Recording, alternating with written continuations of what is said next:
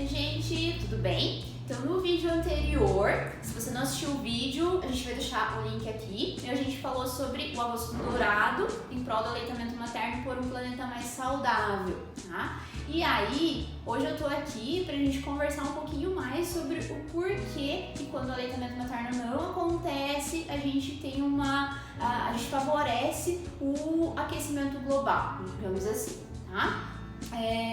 Qual a relação? Eu comentei também, né, que o leite materno ele é o alimento mais sustentável, acho que a gente tem acesso, né, ele está pronto, ele não gasta tanta energia, né, não gasta tantos recursos a mais para ocorrer, temperatura adequada, quantidade adequada, sempre disponível, né? Então, leite materno é maravilhoso. Qual que é o problema, né? E quando que afeta o meio ambiente? Quando ele não acontece. Por quê? Quando a criança não é amamentada ou não é amamentada exclusivamente, pelo menos, a gente tem que entrar com os substitutos do leite materno. O que seriam isso?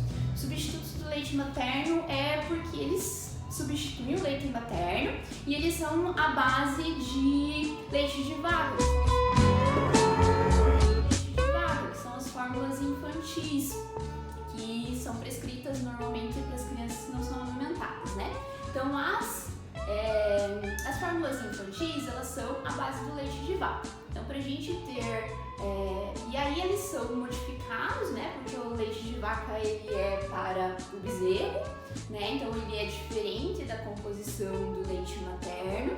E aí a indústria, ela pega o leite de vaca e acaba fazendo algumas modificações para esse produto ficar o mais próximo possível do leite materno.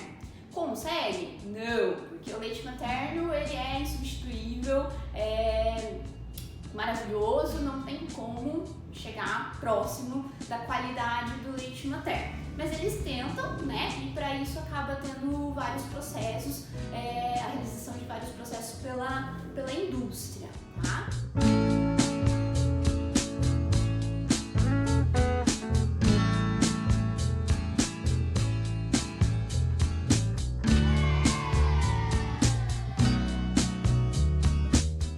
As fórmulas infantis, elas geram muitos custos, tanto para o planeta quanto diretamente para os pais, né? Porque geralmente elas ficam em torno de 20 a 40 reais uma lata, né? De 400 gramas mais ou menos. Essas crianças vão mamar pelo menos umas 10 latas no mês, né? Então, quando a criança não é amamentada exclusivamente, ela gera um custo bem maior para a família diretamente, né? E para o meio ambiente.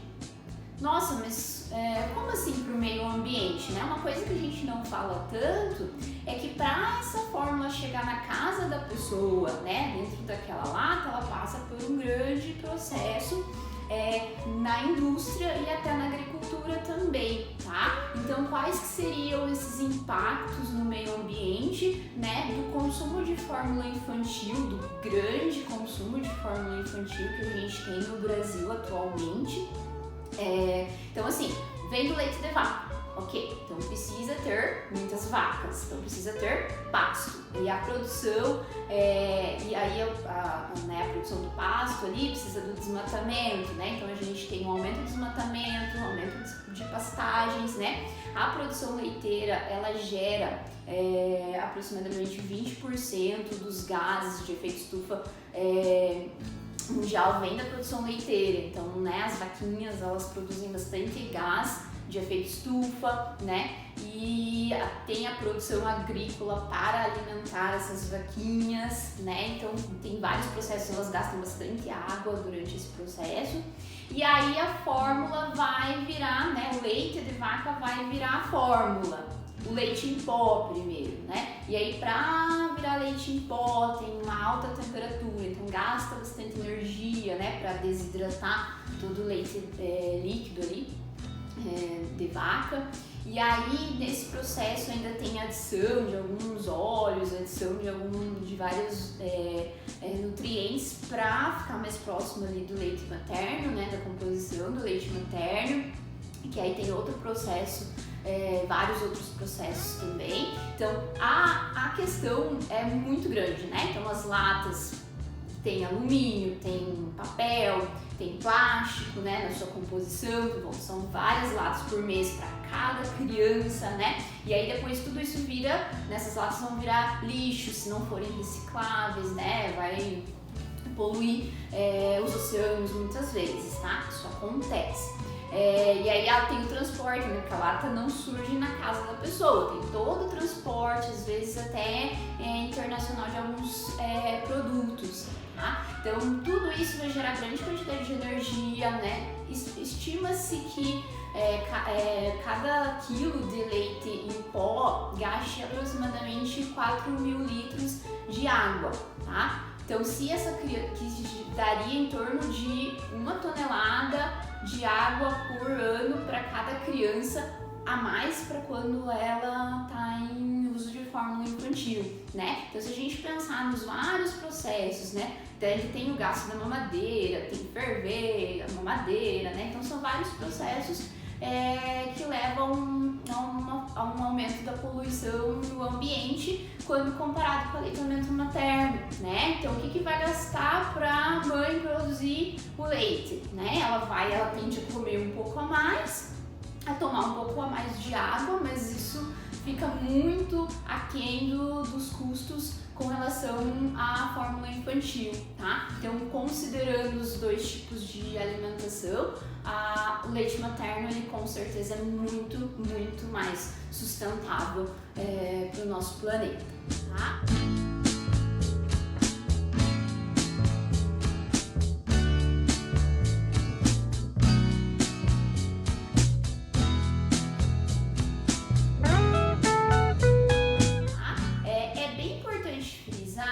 Gente, que tem casos em que a amamentação ela não vai ser possível, ela não vai ocorrer, pelo menos não plenamente, tá? Às vezes a gente tem que complementar com fórmula infantil, depende do caso, são casos individuais, tá? E se tem indicação, não tem problema, né? Inclusive, a gente é a favor do uso de fórmula infantil em casos específicos, tá? Casos em que a mãe não deseja amamentar, né? É um direito dela.